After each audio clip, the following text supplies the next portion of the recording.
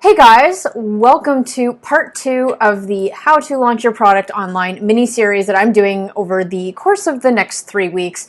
This is part 2. Last week, if you missed it, I did part 1, so that is now available on YouTube. I'll be sure to link that in the description of this video. I had some issues going live on Facebook, so this may not be the original post, but that is okay because it's the same content. So, hope you guys are doing well today. Just to recap what part 1 talked about is part 1 was getting clear on what your vision is and why are you really getting clear on why you're launching your product online and what you're looking to create, really starting from that product launch. And then we started to take a look at defining who your customer avatar is, or the ideal person that's going to be buying your product. And then we moved into start talking a little bit about seeing your customer and your product in terms of serving helping your customer get to their desired situation through your product. And so a lot of these foundations that we're talking about, and again, if you are enjoying this content, give it a big thumbs up below or just comment on the video. And so getting really clear on your messaging and looking at your product in terms of it solving a very specific need in someone's life. I find that there are so many business owners that even if you're 2 years into your journey or whatnot, ultimately your success is going to be stifled by you not actually asking yourself these foundational level questions. So that was really part 1. If you missed it, it will be below or head over to YouTube for part 1. So what is part 2 about? Part 2 is about, now that we've taken a look at the foundations, really getting clear on who your customer is and the desired situation of your product, which I will give an example if you're just like coming in now for part 2, but we're actually building on that. And so part 2 is about how do we actually build up a wait list of customers ready to buy your product on the first day that you launch, and even why is this important? Why should you care about this? So, let's talk about why a wait list. So at least 70% of people that I get on a strategy session, so again, if you are looking to actually work with me to launch your product, you can head over to workwithkr.com and let's talk. So like majority of people I speak to that come to have a session with me to talk about their product launch goals, a lot of them are like, cool, yeah, I'll launch my website next week and then start driving traffic. And what I've learned from my Kickstarter days is you really want to make sure that you are building up a wait list of people well ahead of time. This is super important because it's pretty archaic the way people are approaching product launches. People generally will have an idea. They won't test that idea. They'll just think, oh my gosh, this thing is going to be a great idea. My mom thinks it's awesome. And then they go and spend thousands of dollars on this product, buying inventory, then to start selling it. And unfortunately, they then are the ones fast-tracked 12 months that are now stuck with 4,000 units in their basement because they didn't do the groundwork of starting to really market a product at the same time it's in development to really make sure that people are going to buy your product, but also to make sure that you fully understand who is going to buy your product.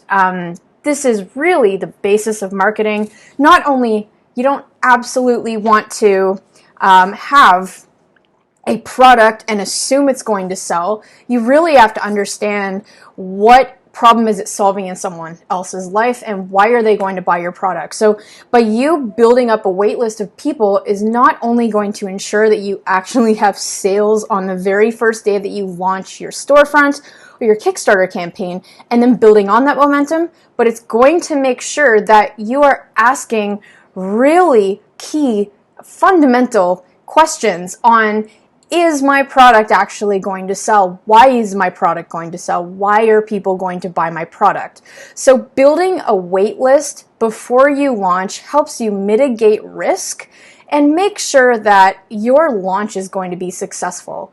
The risky way of launching products before is really just having an idea, buying inventory, and then trying to sell it. That's the backwards, wrong, old way of doing things. So you really want to have a wait list of people. So this video is about how do you build up this wait list for a product that technically doesn't exist yet. Maybe you just have a prototype and you need to start marketing it.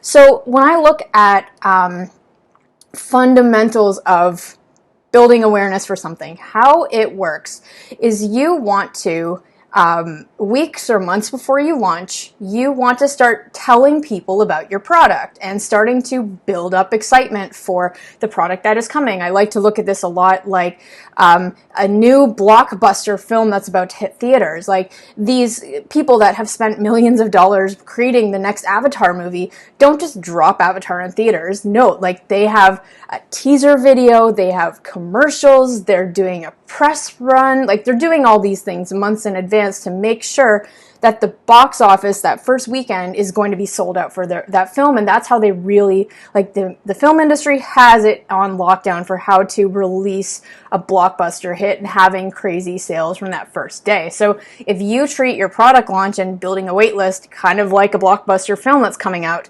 how do you do it? So to build a tribe, you need to have one spot online where people are able to sign up and get product updates and updates on, like, when you're launching. And the traditional way to do this is to build an email list. Email list, build a social media following, but ultimately you want to have people coming to being funneled into one central spot online, which for me, I love the email list. Email is a one-on-one point of communication to really make sure that you're communicating launch updates. It's not enough to just be building up an Instagram following, because unfortunately people are only going to be getting updates that you send out if they happen to show up to be on Instagram scrolling and they see it on the feed. Whereas the inbox is still somewhere where people go to get very specific newsworthy information. So have a central spot online is the very first thing. Is you need to have a strategy around how am I going to get people to join my email list. How that looks, and because I'm repurposing this audio to a podcast, I'm not going to do a visual on here, but you want to set up a website or a landing page, which is a one-page website that has some product information on it and a spot for people to sign up to get updates. So very simply, like, hey, Sago Mini is launching soon on Kickstarter. Enter your email below to save 30% off when we go live. Something super simple with a nice image. And that will be on your website so that when you are talking to a friend, you could say, yeah, you could sign up at, I'm just using Sago Mini as an example because I worked with them a few years back, but you say, yeah, if you just go to like sagomini.com/Kickstarter, you can get all the information and sign up for our email list to not only get discounts, but also like behind the scenes information, right? So that's having that central hub, that central spot online to funnel any and all conversations you have to a landing page to then build your email list and kind of take it from there. So then the next step is, okay, well, how do I actually get people to my website? There are two ways to do this. And again, if you are looking for help with your product launch, be sure to head over to workwithkr.com. Learn a little bit more about what we do. But apart from that, let's actually talk about how to get traffic to the website. Traffic and a marketing plan, there are two types of ways to get traffic. The first way is organic. Okay, so organic marketing efforts essentially means things you don't have to pay for. And then there's paid marketing efforts, which are paid. So what I call paid marketing efforts is going to be you're doing Facebook advertising, you're doing Instagram advertising, perhaps you are paying an influencer to promote your product, perhaps you are doing SEO, Google AdWords. Those are like anything you directly pay for, that's a paid strategy. And then what's super popular, especially for brands that are starting out and may not have this like huge marketing budget, microphone here, may not have a huge marketing budget, is they're going to go to the organic side of things. So what is my combination? Which one do I like better? I love doing a combination of both. I think you have a very healthy marketing strategy when it combines the best of organic methods and the best of paid methods. Of course, the bigger your launch, Kickstarter is really now a marketing game. So the more you can spend on ads, the bigger your campaign's going to do, assuming you have a product that will sell. That's very like little caveat there.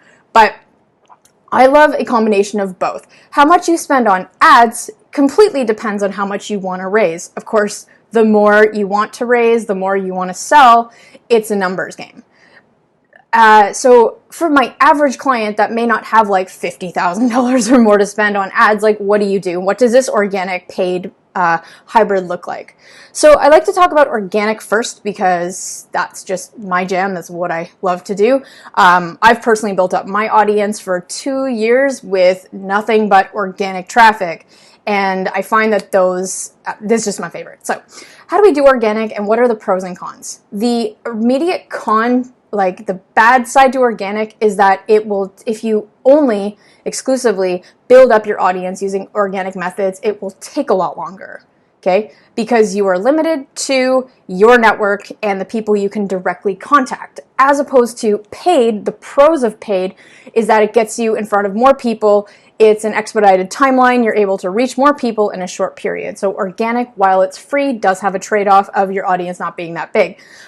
What do I love to do for organic? So I love immediately looking for the highest leverage things I can do. So if I'm launching a product, the people most likely to help me are immediately my friends and family. So that's the first place I'm going to look to see if I can get support, early support in terms of maybe they're sharing it with a friend, maybe they're financially helping, like by pledging the campaign or buying my product. I'm also looking for influencers in my space that have an audience that I can tap into. And even if I don't know any influencers with an audience of the product that I want to go after, can I make a list of people, Instagram influencers, YouTubers, that will help promote my product by partnering with me for a giveaway, or maybe they will post about my product because they love what we're doing and it's a value add to their audience for good content, right? Stuff like that's all organic. Another thing you could do is blog. So perhaps you, going back to part 1 when we're talking about your customer avatar buys your product because it helps them achieve a desired situation. So I use the Advil example where if I have a headache, I'm going to buy Advil because the desired situation I have is to relieve my headache. So when you can communicate with your customer on how your product does that, a really great way to bring in your customer avatar to your audience is by blogging or maybe posting value add content on LinkedIn, social media. My favorite, I usually bring this up, but Monk Manual, again, not an affiliate. I just freaking love their product. But Monk Manual uses the value add system very well, where they are a planner, as you can see. And so they post on social media helpful tips to help people be more mindful. Or you can actually download the mindfulness pages on their website. So they're giving people a free resources, free information to help their customer improve their life. And this not only builds their email list, but it also helps people actually start to warm up and eventually go and buy the product. So that's another great way to do it, is to work on creating content that benefits your end customer and will help bring them into you. How that works is while you're posting on social media, which is another form of organic, when you're posting tips and helpful information specifically designed to help your customer, you can be posting that on LinkedIn. And then when someone reads your article or they see your Instagram post or your Pinterest board or whatever it is, they go to your profile, they see a website, they'll click on the website, which is, guess what? It's your landing page for your product. And then they sign up for your mailing list, right? So there's little things like that. Those are all organic ways to build your audience. But then the hybrid, so the other side of things is with paid traffic. I think even if you only have $500 to $1,000 to spend on Facebook advertising and Instagram, you should 100% do it. Reason being is because Facebook allows you, just doing paid ads allows you to get your product, your messaging in front of people that may not usually find you, right? And so Facebook, Instagram ads is going to be a really great way to test different audiences, to test the copy, the headlines, the images, with an audience outside of your own, purely to get you data to see if in fact you are on the right track with your messaging. Really important. And if you have more than $500 to $1,000 to spend, that's when you could really look to use it to advertise your product launch and bring people back to your landing page, and ultimately use Facebook, Instagram advertising to build up your email list. So that's how I like to build up an audience. I like to do this over the course of, really, my sweet spot. I love to do it depending on your goal, anywhere from like 6 weeks to 3 months. 2.5 months is typically the sweet spot I see, especially if you're using paid ads to build up your email list, because you need time to get stuff to work and all that stuff. So again, this is the end of part 2. What is part 3? Part 3 is talking about my favorite part of launching products, which is the actual launch itself. So we're going to talk about in part 3, which is coming out next Wednesday. I don't know the date, but you'll get notified. So part 3 is all about, okay, well, now that we have this wait list of people, how do we actually get them excited to buy your product on the first day? And how do you actually get people to buy on day 1? And then how do you scale that? You know, after you've launched your product, how do you build on that success? So that's really going to be part 3 of this. So thanks for watching. Again, if you're looking for help with your product launch, be sure to go to workwithkr.com. And if you have a follow-up question or something that you're a little confused about, please do just enter the question in a comment or whatnot, or shoot us a quick email. So apart from that, thanks for watching and enjoy the rest of your day.